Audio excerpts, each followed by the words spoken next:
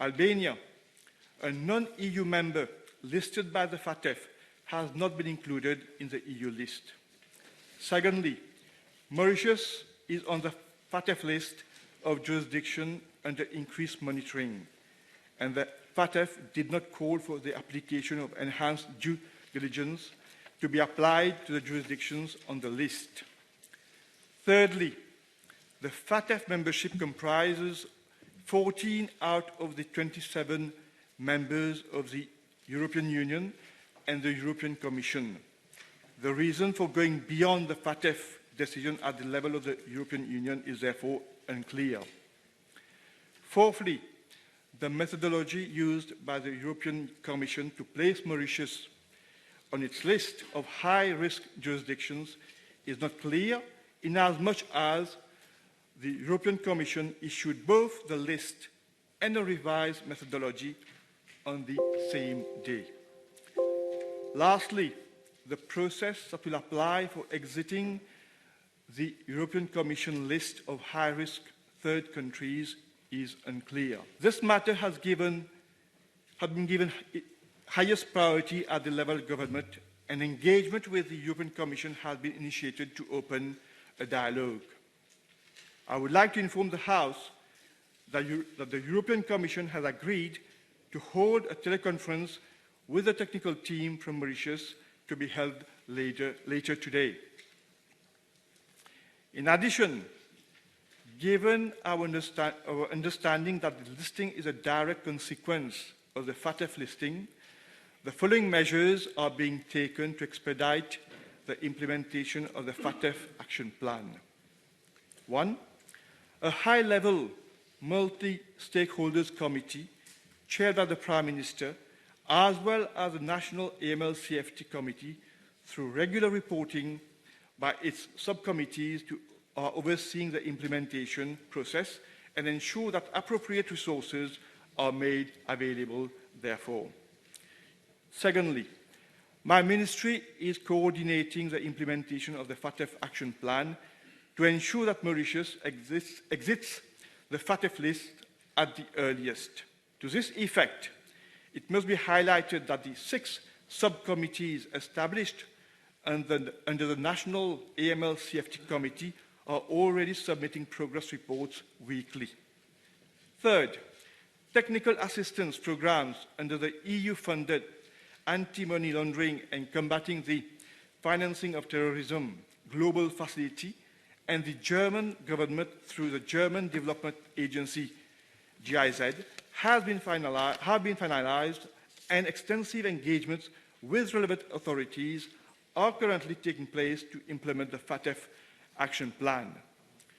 For example, even during the curfew period, a distance learning program developed under the EU Technical Assistance Programme for police and MRA officers was launched on Monday, 11th May 2020. Fourth, my ministry has engaged with the EU for further technical assistance as provided in the regulation for listing high-risk third countries to assist us to expeditiously complete the implementation of the FATF action plan. I have also personally met with the private sector associations on several occasions to maintain a dialogue and enlist their support and collaboration. Mr. Speaker, sir, with regard to part A of the question, when this government took office in December 2014, there were already serious deficiencies in our AML-CFT legislative framework. It was only when the Eastern and Southern Africa Anti-Money Laundering Group, ESAMLAG, mutual evaluation process started in October 2016 that the preliminary findings of the desk review of our AML-CFT legal framework were shared with us, that we took cognizance of the full extent of the deficiencies. Mr. Speaker, sir, I would like to take some more time of the House to point out that this outcome has resulted from a lack of political commitment and leadership under the previous government to uphold our commitment to implement the FATF international standards on combating... Leader of the opposition, withdraw that word liar. Liar, I said, not liar. Withdraw the word liar. We start again, Mr. Speaker, sir. I would like to take some more time of the House to point out that this outcome has resulted from a lack of political commitment and leadership under the previous government to uphold our commitment to implement the FATF international standards on combating money laundering and the financing of terrorism and proliferation. Mauritius is a founding member of the SAMLAG, a group of 18 countries from the Eastern and Southern African region, set up in 1999 to combat money laundering in the region. By signing the SAMLAG Memorandum of Understanding, the member countries, including Mauritius, committed to the implementation of the internationally accepted standards of the Financial Action Task Force on combating money laundering and terrorism financing, and agreed to participate in an ongoing program of mutual evaluation. The mutual evaluation is a peer review process undertaken in accordance with mutual evaluation procedures approved and reviewed from time to time by the SAMLAG Council of Ministers. And I must mention here that these procedures are in line with the FATF universal procedures. Mr. Speaker, sir, I wish to recall that Mauritius underwent a first mutual evaluation in 2007, and its anti-money laundering and combating the financing of terrorism regime was assessed on a set of procedures that were established in 2004 by the FATF. In accordance with the FATF 2004 methodology, the assessment was focused only on technical compliance with the then FATF 40+9 recommendations. In August 2009, Mauritius had to report annually on progress made in implementing the MER recommendations as from August 2010. In April 2016, Mauritius was informed that in view of its upcoming mutual evaluation under the SAMLAG second round of assessments, there would be no further reporting. At the time Mauritius exited the process, it still had outstanding deficiencies to address under the 2008 Mutual Evaluation Report. In addition, Mr. Speaker, sir, in February 2012, the FATF issued revised recommendations, and as a member of the SAMLAG Mauritius, endorsed the FATF 40 recommendations. Mr. Speaker, sir, the overarching principle of the revised FATF recommendations is the adoption of a risk-based approach to combat money laundering and terrorism financing. The risk-based approach increases effectiveness of an AML CFT system as it allows targeted interventions and the optimal use of resources. Mr. Speaker, sir, with the revision of the FATF recommendations in 2012, the FATF reviewed its assessment methodology, and a new methodology which focuses on assessing the level of effectiveness of AML CFT systems and procedures was issued in February 2013. Mr. Speaker, sir, adopting compliant laws and regulations was no longer sufficient. Each country must enforce these measures and ensure that the operational, law enforcement and legal components of an AML CFT system work together effectively to deliver results, namely the 11 immediate outcomes. During an assessment, the FATF or the SAMLAG, in our case, looks for evidence that demonstrates how well all these components are working together in the context of the risk that the country is exposed to. Mr. Speaker, sir, although Mauritius had advance notice of new FATF requirements since April 2012, no initiative was taken to review the AML-CFT framework of Mauritius to bring it in conformity with these new recommendations. I wish to highlight here that despite the fact that Mauritius held the ASAMLAG presidency between September 2011 and September 2012, and in that capacity had a leadership role in the ASAMLAG region, it failed to address its AML-CFT deficiencies from the 2008 MER and realign its legal framework with the revised recommendations. Mr. Speaker, sir, from February 2012, when the FATF issued the revised recommendations, Mauritius ought to have initiated as a minimum the assessment of the money laundering and terrorism financing risk facing the country, that is a national risk assessment exercise. Mr. Speaker, sir, the lack of political will and commitment at that time resulted in the 2018 Mutual Evaluation Report with modest ratings. Mauritius was rated largely compliant or compliant with only 14 out of the 40 FATF recommendations. With respect to effectiveness assessment, Mauritius was found to have either a low or moderate level of effectiveness against all the 11 immediate outcomes. Had the then government initiated appropriate measures, as from 2008, to address the legal shortcomings, we would have had ample time to build up the level of effectiveness of our AML-CFT system, and hence would not have been in this present situation. Mr. Speaker, sir, as regards part B of the question, let me inform the House that this government has already embarked on a series of measures. He's been given ample time, and he has, in fact, made an abuse of the time allocated to him. So I hope that will be allocated time, enough time to reply to the question. And I hope you'll be very fair. So, let the Minister reply the second part of the question.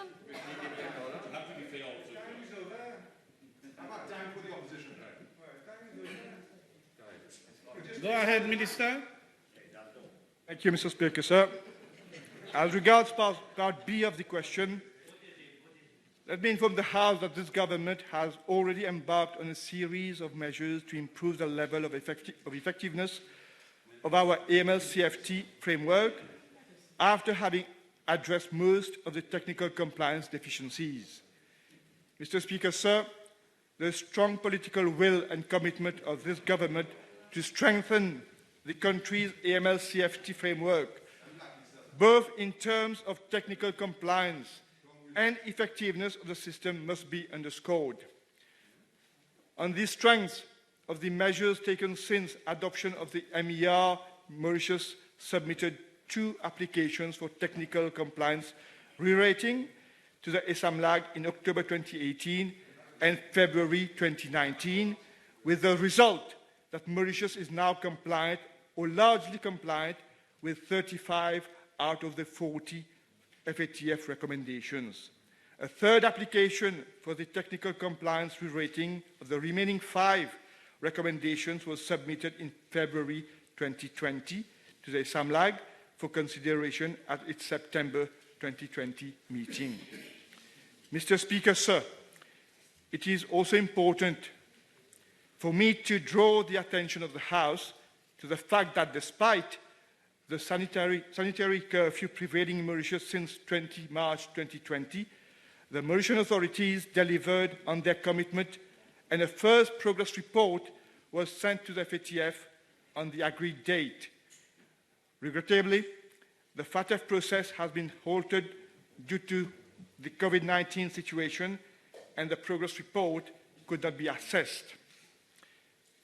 Mr. Speaker, sir,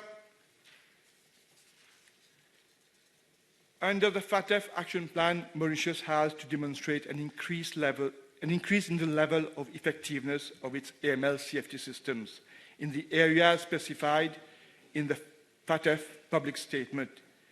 In this respect, 4 factors are important. Firstly, political commitment. Secondly, national coordination. Thirdly, additional human and other resources.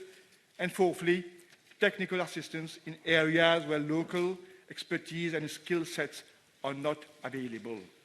All these 4 factors are being addressed.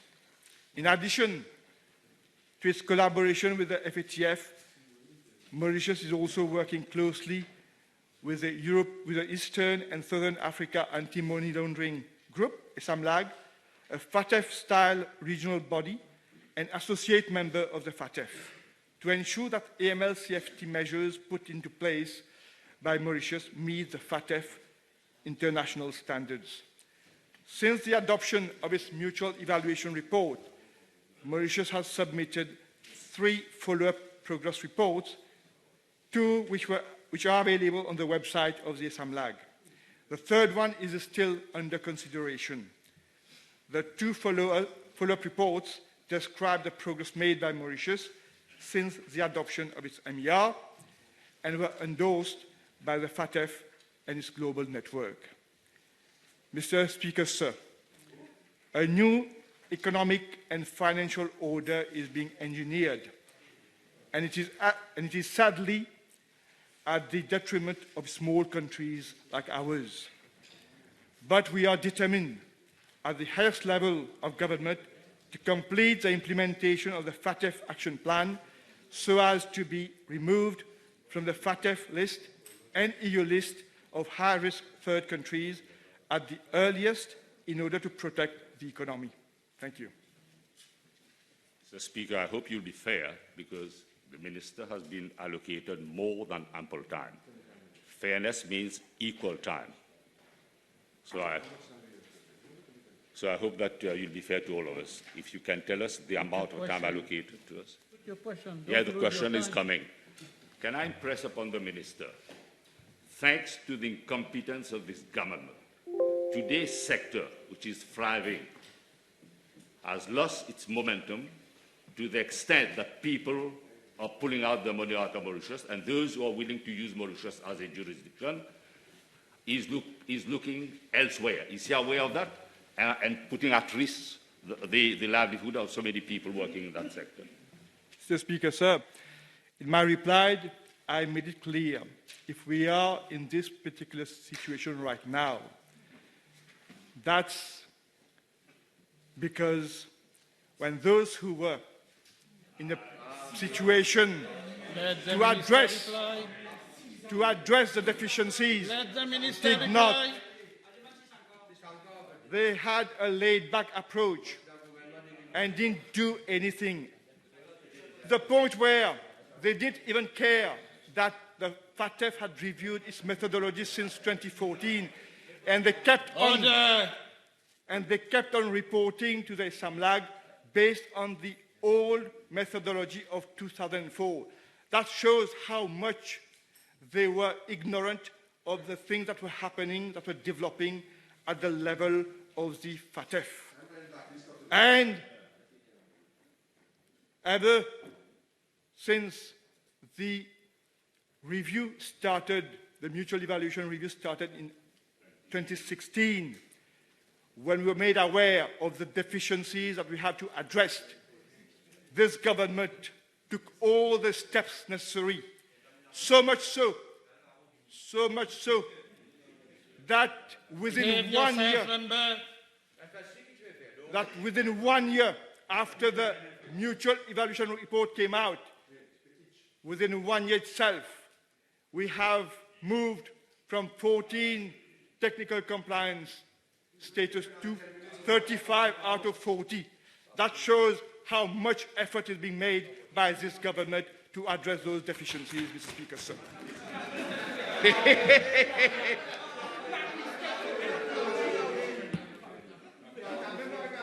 Can the Minister say how government proposes to review the role of the FSC implementing effective and risk-based supervision so that we can put a stop to the long list of financial scandals, like those related to Sobruno. Mr. Speaker, sir. And of course, let me remind him of fish rot files. And if he does not know, if he's not aware of it, find out who is the culprit. Is this a supplementary question? Of course it is a supplementary question. You call that a supplementary question, you're making a speech.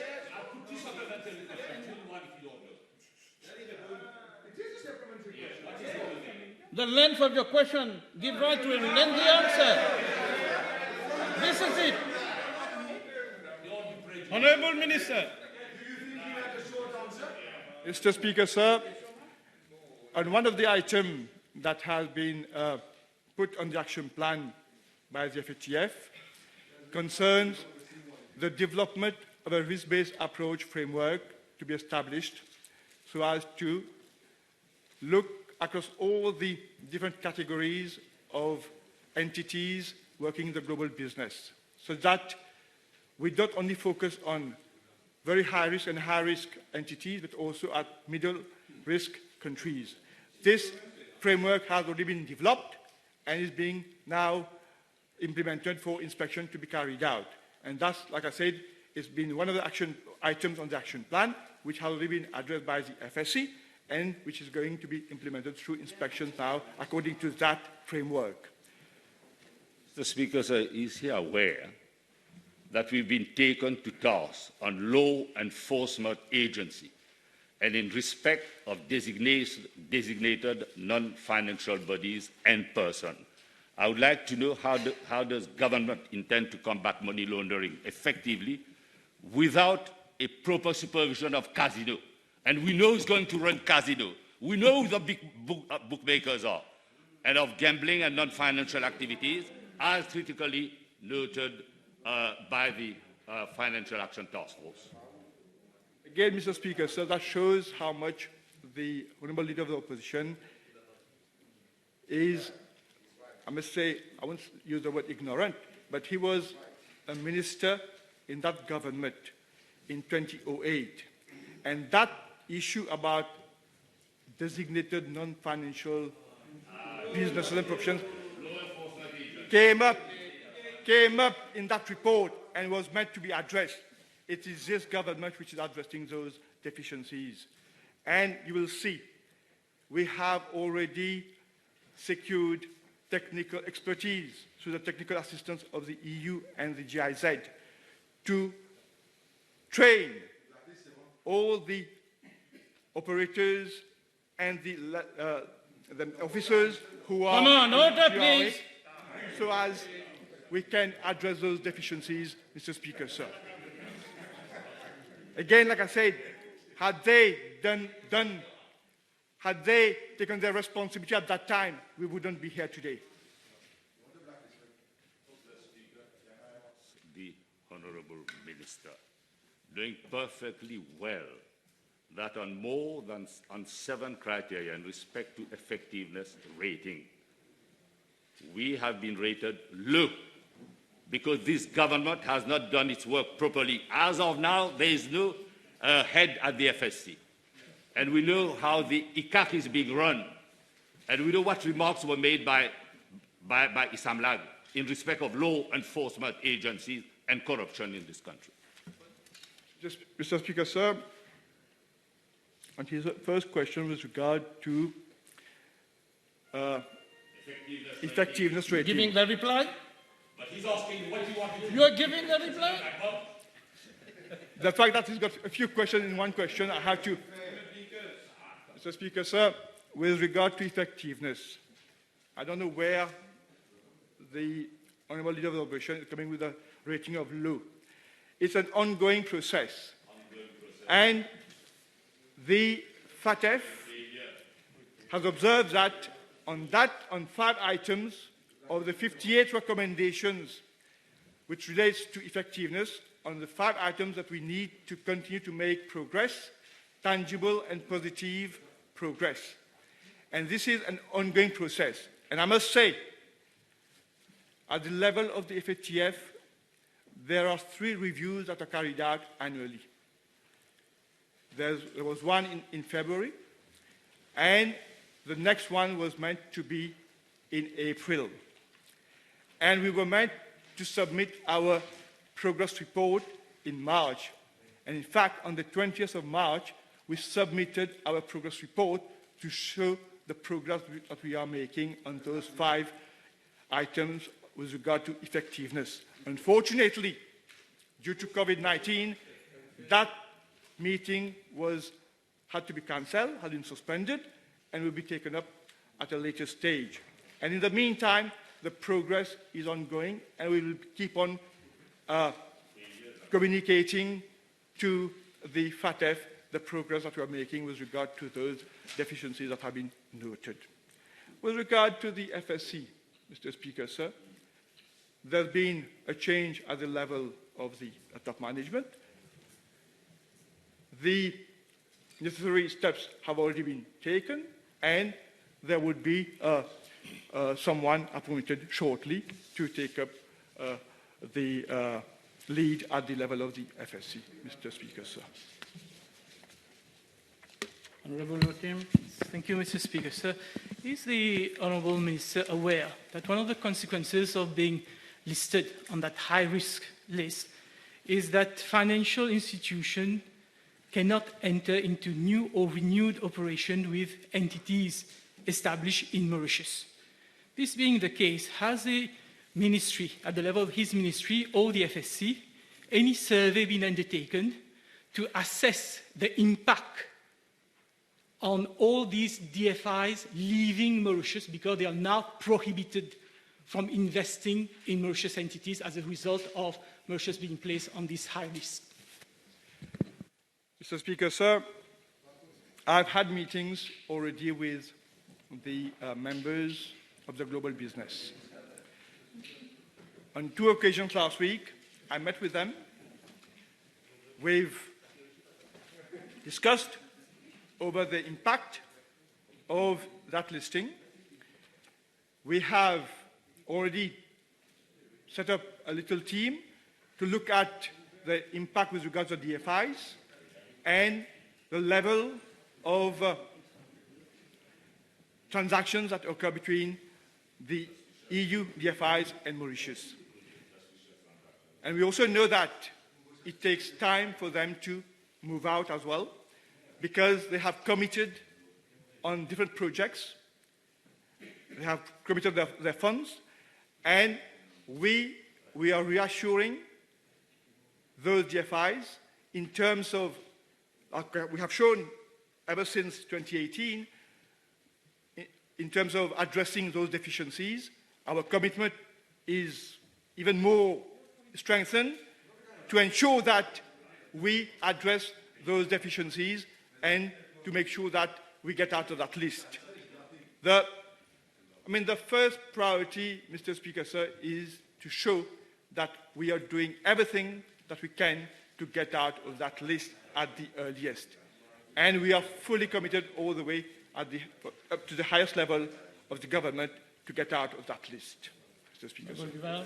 Mr. Speaker, if I may have 2 questions, with your permission. Firstly, you were aware, the Minister was aware early this year that we were to be placed and were eventually placed on the grey list of FATF, and that this would most probably lead to sanctions by the EU. I'm sure that was common knowledge internationally. What did the government do from learning of the grey list of FATF to the eventual blacklisting by the EU? What did the government do to engage with the EU so that this terrible action was not taken against Mauritius? Mr. Speaker, sir, I must say that since November, I have met the EU ambassador on so many occasions. And all along, we have been discussing this topic with regard to our commitment with FATF. This is not a way to address another member of the House. And you put a question. We are honourable members. You put a question, and I'm trying to answer as much as possible what we've done ever since November 2019. We have been all along, Mr. Speaker, sir, sharing information with the EU ambassador of what we are doing.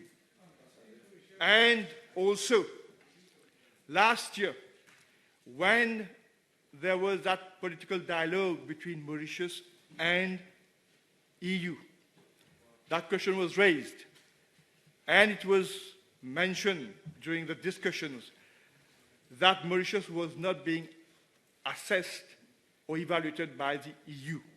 And it was also mentioned that should they decide to assess Mauritius, they would inform us to initiate consultation. Only 2 weeks ago, my colleague, the Minister of Foreign Affairs, had a video conference with Commissioner of Trade, Commissioner Hogan. And again, we express the work that is being done at our level to address all those deficiencies. And I must say, in his own word, he was very supportive of what we are doing. So at all levels, we are, as far as possible, exchanging information to show how much we are committed to be in conformity with all the norms set by the FATF.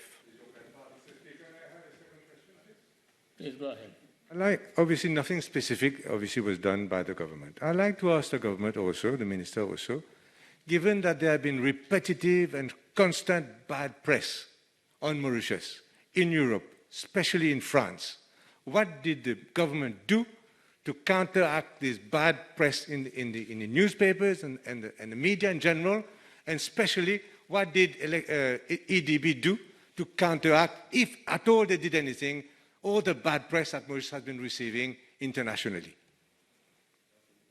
I must say, Mr. Speaker, sir, conscious of the regular media article that comes out, be it in Europe or in India, we had already initiated last year to embark into, to enlist a firm, a PR firm, to address that issue. Already there was a firm appointed last year by the EDB to counteract those articles that give a bad perception of the image of Mauritius. We have, since the beginning of this year again, looking at other ways and means to address this kind of attacks, because this is something that we have to do it over a long-term basis. And I must say, Mr. Speaker, that you were talking about at the government and diplomatic front that we haven't done anything. You know, Mr. Speaker, sir, with regard to SEBI, we were listed on the category 2 with regard to FPIs. And again, that shows how much the government is committed, how much we are using all the efforts of our missions to ensure that these kind of changes that affect our jurisdiction is being addressed. And we have seen how this has proved to be, to give effective results. So we, at the level of the government, at the level of the different missions, we are doing everything in engaging with all the parties to ensure that our cause is being heard and we can come to